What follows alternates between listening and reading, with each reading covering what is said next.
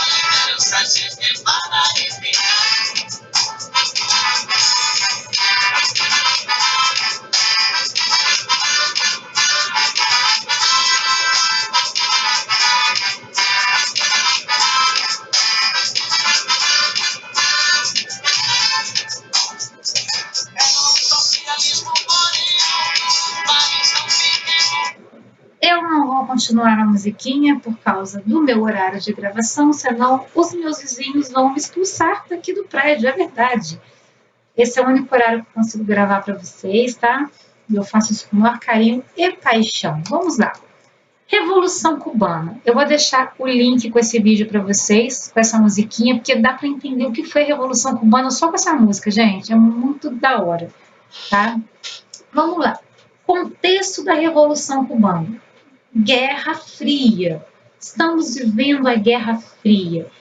No ano de 1898, houve uma independência em José Martí. E aí, em 1903, nós vamos ter a chamada Emenda Platt, ou Big Stick. E vamos falar daqui a pouco, na próxima aula, sobre o Guantánamo, né? O que estava acontecendo? Os Estados Unidos, eles dominam a economia cubana até a época em que Fulgêncio Batista governou. Por isso que a música fala assim, no governo de Fulgêncio Batista, Cuba vivia o mar da corrupção, era um paraíso dos turistas, cassinos à vista e prostituição. Então, na época que Fulgêncio Batista, um dos ditadores mais cruéis ali, né, de Cuba, governou, Cuba estava sob a influência norte-americana, entendeu? Por isso que a música fala sobre dominação norte-americana. Então, não era nem influência, era uma dominação mesmo. Os Estados Unidos queriam marcar presença em Cuba. Nós vamos falar sobre a crise dos mísseis mais para frente. Tá? Em 1953, vai haver uma tentativa de assalto ao quartel Moncada. Essa tentativa foi frustrada, não deu certo. E aí, em 1956, 81 guerrilheiros vieram do México. Pensa nisso. Foram para a Sierra Maestra para serem treinados. Né? Então, a Revolução Cubana, literalmente, as pessoas, os guerrilheiros, pegaram em armas para poder bater de frente com o governo do Fulgêncio Batista, né? Só que o Fulgêncio Batista, ele não estava a fim de largar o osso, não.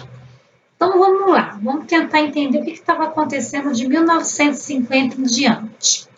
Cuba vivia sob um regime ditatorial, liderado pelo presidente Fulgêncio Batista, apoiado pela elite agrária, ou seja, os grandes latifundiários, donos de terra, e esse governo estava alinhado, né, concordando ali com os interesses dos Estados Unidos. e submetia-se à economia da grande potência capitalista da época, que era os Estados Unidos da América. Com o tempo, o governo de Batista, lá do senhor Fulgêncio, foi se tornando bastante impopular, o cara vai caindo em popularidade. E uma oposição começou a se organizar contra as políticas do ditador. O advogado, vamos botar a carinha dele aqui, eu vou dar uma aumentada aqui na imagem, depois a gente volta para imagem normal, tá bom?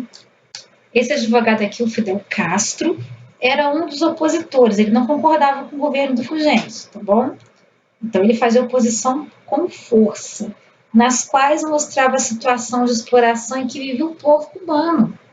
Mesmo depois de ter sido preso, Fidel Castro ele vai ser preso, né?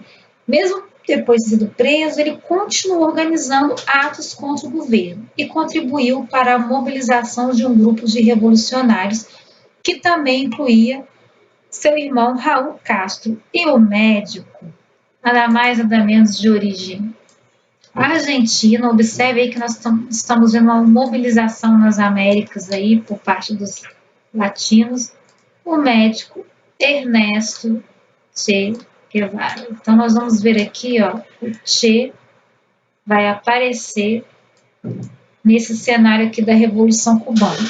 Aí vocês devem estar se perguntando, o que um argentino foi fazer em Cuba, né? Foi fazer a Revolução. Está nos livros de história, né? Os revolucionários que queriam lutar contra o governo de Batista, né, do Fulgêncio, se organizaram na região Sierra Maestra. Acabei de falar sobre isso com vocês aqui. Vamos voltar para as nossas imagens. Voltamos à programação normal, né? Vou trocar a ordem deles aqui um pouquinho, né? E aí, eles vão, né, se organizar aqui em Sierra Maestra, local onde o movimento vai adquirir uma junção maior. Vários camponeses cubanos vão se aliar aí, né, chegar em Serra Maestra.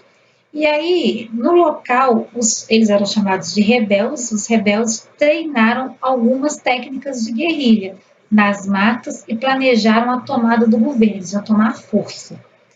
Em janeiro de 59, com o apoio de grande parte da população, eles tomaram a capital cubana, Havana, onde tinha lá os cassinos, tinha lá aquela onda de prostituição louca. Então a Havana foi tomada, né? E assumiram o poder do país. Tem início então em Cuba um governo de caráter socialista, igual lá na China, né? Com Fidel Castro no comando do país. As primeiras medidas do novo regime foram estatizar bancos e empresas e promover uma reforma agrária. Então, pera lá. Como assim estatizar os bancos?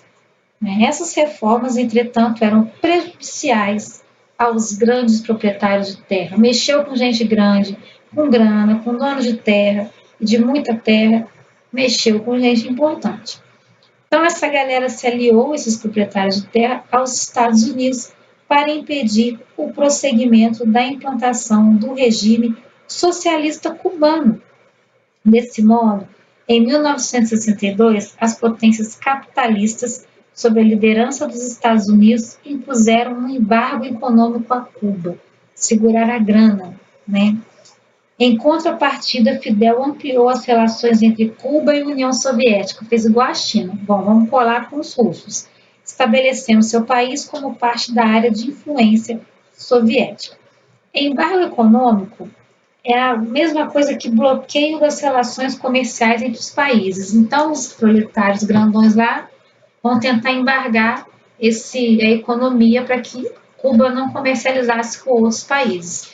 E aí nós vamos ter a figura do Fidel Castro, que foi o líder até alguns anos atrás, ele só saiu do poder morrendo, né? O Che, nós vamos ver, né, mais para frente qual foi o final dele, não vou contar agora, porque senão eu vou dar spoilers para vocês, não estou afim, né?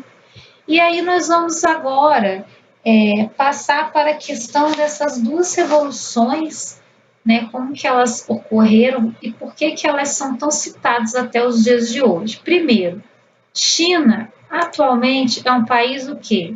Né? Vamos lá. Atualmente,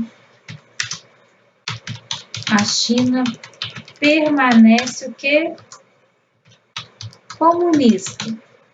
Porém, gente, é um comunismo que vive como uma grande potência capitalista. Então, ela é meio louco da gente imaginar isso aqui atualmente, né? Mas é a realidade. Mas ela continua com um governo comunista, porém ela é uma potência capitalista muito grande. Mas a China é comunista. E Cuba, atualmente, né, também permanece ali dentro do comunismo, do socialismo. Para vocês, mais para frente agora, né, em 1962, nós vamos ver que quando Cuba se alia ali ao comunismo, ela perde alguns privilégios. Então nós vamos ter a crise dos mísseis. O apoio soviético vai até 1990, então a União Soviética vai apoiar Cuba até 1990. Dali para frente, Cuba vira uma ditadura, né? E aí nós vamos abordar essa questão da crise dos mísseis na próxima aula. Não saiam daí, que no próximo vídeo nós teremos correção das atividades passadas na aula anterior.